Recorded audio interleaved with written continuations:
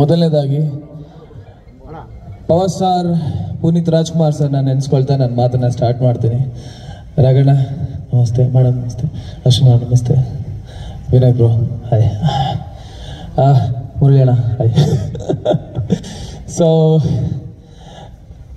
ತುಂಬ ಖುಷಿ ಆಗುತ್ತೆ ಒಂದು ಸರಳ ಪ್ರೇಮ ಕಥೆಯಲ್ಲಿ ಆ್ಯಕ್ಟ್ ಮಾಡಿದ್ದಕ್ಕೆ. ಸುನಿ ಸರ್ ಸಿನಿಮಾಗಳಲ್ಲಿ ಆ್ಯಕ್ಟ್ ಮಾಡಬೇಕು ಅಂತ ನಂಗೆ ತುಂಬ ಆಸೆ ಇತ್ತು ಮೊದಲಿಂದನು.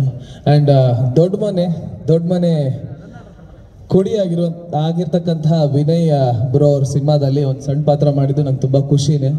And thank you Suni sir, Raghanna and Vinay bro, ನಿಮ್ಮ ಒಂದು ಸಿನಿಮಾದಲ್ಲಿ ನನಗೆ ಆ್ಯಕ್ಟ್ ಮಾಡೋದಕ್ಕೆ ಅವಕಾಶ ಮಾಡಿಕೊಟ್ಟಿದ್ದಕ್ಕೆ.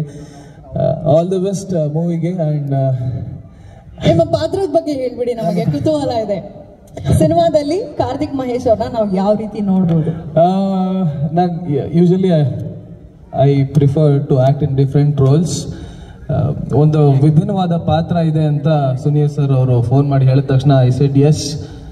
ಅದು ಪಾತ್ರದ ಬಗ್ಗೆ ಹೆಚ್ಚಾಗಿ ನಾನು ಏನು ಅಂತ ಹೇಳಕ್ ಹೋಗಲ್ಲ. ಒಂದು ಬೇರೆ ಕತೆಗೆ ಒಂದು ಬೇರೆ ಆಯಾಮ ಕೊಡುತ್ತೆ, ಒಂದು ಟ್ವಿಸ್ಟ್ ಕೊಡುತ್ತೆ ನನ್ನ ಪಾತ್ರ.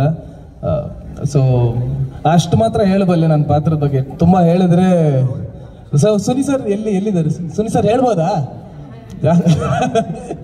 ಬೇಡವಂತೆ. ಸೊ ಸಾಕು ಅಷ್ಟೇ. ಒಂದು ಟ್ವಿಸ್ಟ್ ಅಂತೂ ಕೊಡುತ್ತೆ.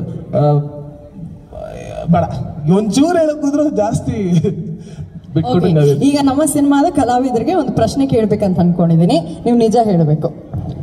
ಯಾರಿಗೆ ನಿಜ ಹೇಳ್ಬೇಕು ನಮಗೆ? ಓಕೆ, ನಿಮ್ಮ ರಿಯಲ್ ಲೈಫ್ ನಲ್ಲಿ ಒಂದು ಪ್ರೇಮ ಕಥೆ ಇದ್ದೇ ಇರುತ್ತೆ, ಅದು ಸರಳಾನ ವಿರಳಾನ? ಜಾಸ್ತಿ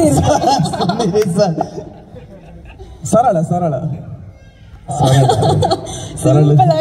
ಒಂದು ಸರಳ ಪ್ರೇಮ ಕತೆ ಸರ್. ಸುಮ್ಮನೆ ಸರ್, ಹುಡುಗಿ ಹೆಸರು ಸರಳಾನ? ಇಲ್ಲ ಅವೆಲ್ಲ ಏನು ಇಲ್ಲ ಮೇಡಮ್, ಬಿಟ್ಬಿಡಿ. ಯಾಕೆ? ಎನಿವೇ, ವೆರಿ ಹ್ಯಾಪಿ ನೀವು ನಮ್ಮ ಸಿನಿಮಾದ ಭಾಗಿಯಾಗಿ. ಬಿಗ್ ಬಾಸ್ ಕೂಡ ಗೆದ್ದಿದ್ದೀರಾ, ಇಲ್ಲಿ ನಮ್ಮ ಸಿನಿಮಾ ಕೂಡ ನಿಮ್ ಜೊತೆಗೆ ಹಾಗೆ ಗೆಲ್ಬೇಕು ಅಂತ.